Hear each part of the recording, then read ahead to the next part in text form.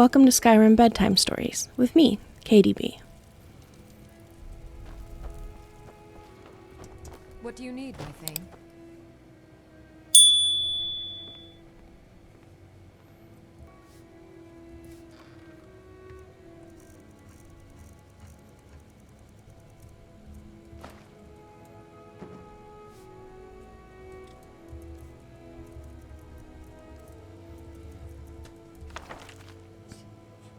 The Mystery of Princess Talara, Part 1, by Mara Likith. The year was Third Era 405. The occasion was the millennial celebration of the founding of the Breton Kingdom of Camlorn.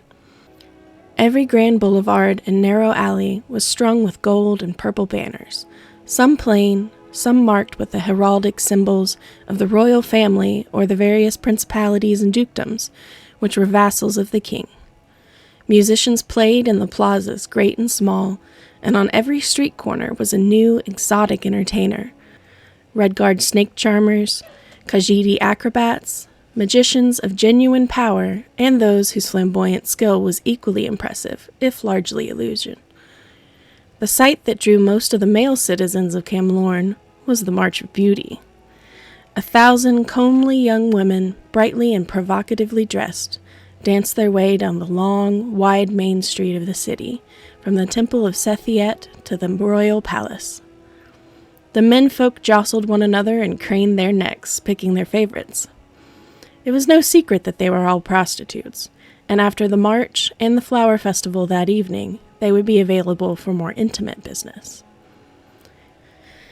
Gina attracted much of the attention with her tall, curvaceous figure barely covered by strips of silk and her curls of flaxen hair speckled with flower petals. In her late 20s, she wasn't the youngest of the prostitutes, but she was certainly one of the most desirable. It was clear by her demeanor that she was used to the lascivious glances, though she was far from jaded at the sight of the city in splendor. Compared to the squalid quarter of Daggerfall where she made her home, Camlorn at the height of celebration seemed so unreal. And yet, what was even stranger was how, at the same time, familiar it all looked, though she had never been there before. The king's daughter, Lady Gilia, rode out of the palace gates and immediately cursed her misfortune. She had completely forgotten about the March of Beauty. The streets were snarled, at a standstill. It would take hours to wait for the march to pass, and she had promised her old nurse Ramka a visit in her house south of the city. Gilia thought for a moment, picturing in her mind the arrangement of streets in the city, and devised a shortcut to avoid the main street and the march. For a few minutes she felt very clever as she wound her way through the tight, curving side streets, but presently she came upon temporary structures, tents and theaters set up for the celebration, and had to improvise a new path. In no time at all, she was lost in the city where she had lived all but 5 years of her life. Peering down an alley, she saw the main avenue crowded with the March of Beauty. Hoping that it was the tail end, and desirous not to be lost again, Lady Gilia guided her horse toward the festival. She did not see the snake charmer at the mouth of the alley, and when his pet hissed and spread its hood, her charge reared up in fear. The women in the parade gasped and surged back at the sight, but Lady Gilia quickly calmed her stallion down. She looked abashed at the spectacle she had caused. "My apologies, ladies," she said with a mock military salute. "It's all right, madam," said a blonde in silk. "We'll be out of your way in a moment." Gilia stared as the march passed her. Looking at that whore had been like looking in a mirror. The same age and height and hair and eyes and figure almost exactly. The woman looked back at her, and it seemed as if she was thinking the same thing. And so Gina was. The old witches who sometimes came into Daggerfall had sometimes spoke of doppelgangers, spirits that assumed the guise of their victims and portended certain death. Yet the experience had not frightened her.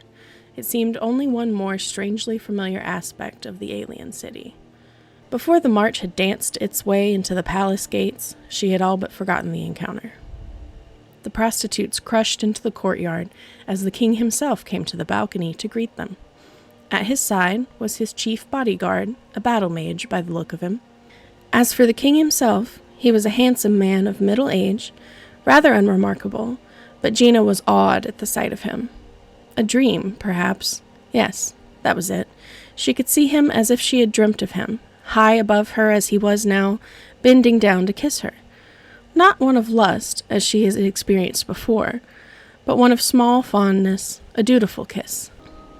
"Dear ladies, you have filled the streets of the great capital of Camlorn with your beauty," cried the king, forcing a silence on the giggling, murmuring assembly.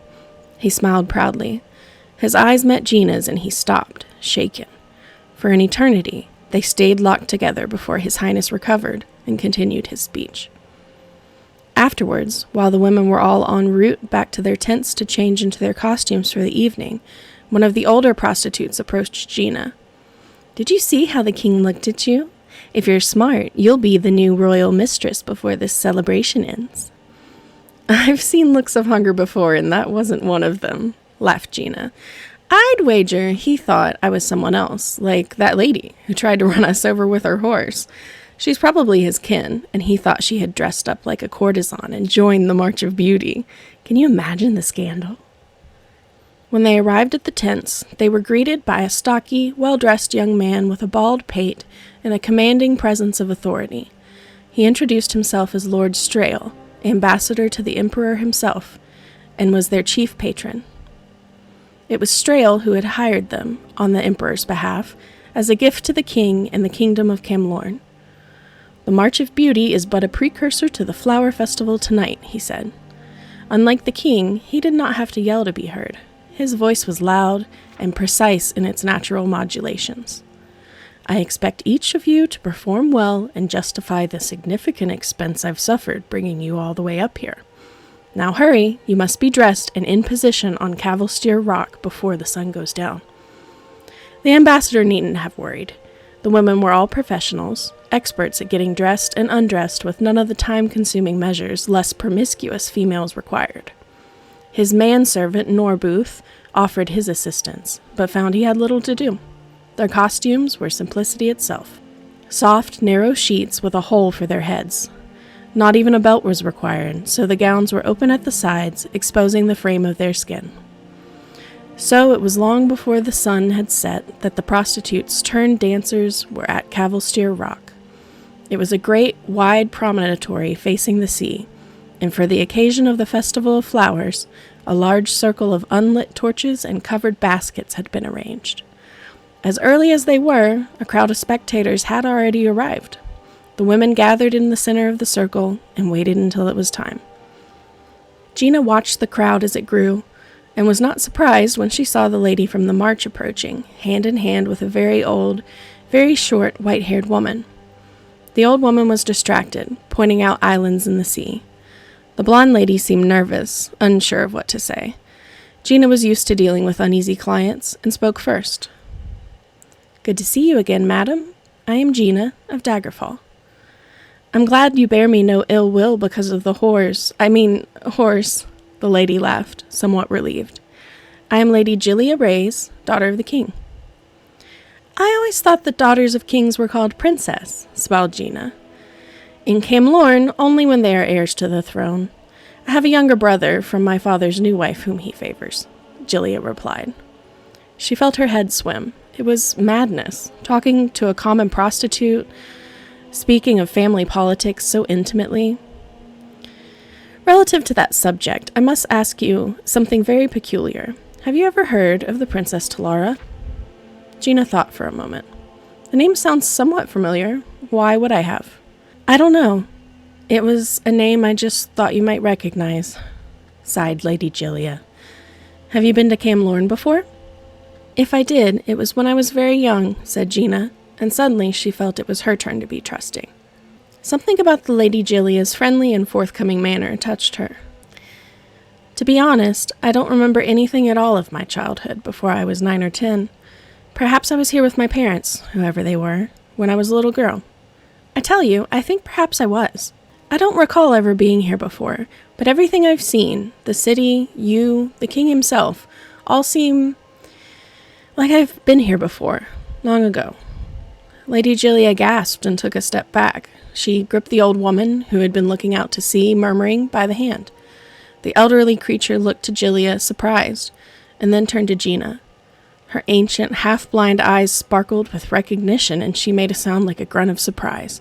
Gina also jumped. If the king had seemed like something out of a half-forgotten dream, this woman was someone she knew. As clear and yet indistinct as a guardian spirit. I apologize, stammered Lady Julia. This is my childhood nursemaid, Ramka. It's her, the old woman cried, wild-eyed. She tried to run forward, arms outstretched, but Julia held her back. Gina felt strangely naked and pulled her robe against her body. No, you're wrong, Lady Julia whispered to Ramka, holding the old woman tightly. The Princess Talara is dead. You know that. I shouldn't have brought you here. I'll take you back home. She turned back to Gina, her eyes welling with tears. The entire royal family of Camlorn was assassinated over 20 years ago. My father was the Duke of Oloin, the king's brother, and so he inherited the crown. I'm sorry to have bothered you. Good night. Gina gazed after Lady Julia and the old nurse as they disappeared into the crowd, but she had little time to consider all she had heard. The sun was setting, and it was time for the flower festival. 12 young men emerged from the darkness wearing only loincloths and masks and lit the torches. The moment the fire blazed, Gina and all the rest of the dancers rushed to the baskets, pulling out blossoms and vines by the handful. At first, the women danced with one another, sprinkling petals to the wind. The crowd then joined in as the music swelled. It was a mad, beautiful chaos. Gina leapt and swooned like a wild forest nymph. Then, without warning, she felt rough hands grip her from behind and push her. She was falling before she understood it. The moment the realization hit, she was closer to the bottom of the 100-foot-tall cliff than she was to the top. She flailed out her arms and grasped at the cliff wall. Her fingers raked against the stone and her flesh tore, but she found a grip and held it. For a moment, she stayed there, breathing hard. Then she began to scream. The music and the festival were too loud up above. No one could hear her. She could barely hear herself. Below her, the surf crashed. Every bone in her body would snap if she fell. She closed her eyes, and a vision came. A man was standing below her, a king of great wisdom, great compassion, looking up, smiling. A little girl, golden-haired, mischievous, her best friend and cousin, clung to the rock beside her. The secret to falling is making your body go limp, and with luck, you won't get hurt, the girl said. Gina nodded, remembering who she was. 8 years of darkness lifted. She released her grip and let herself fall, like a leaf, into the water below. Thank you very much for watching. If you enjoyed it, click like, and if you're interested in hearing me read you more Skyrim Bedtime Stories, consider subscribing.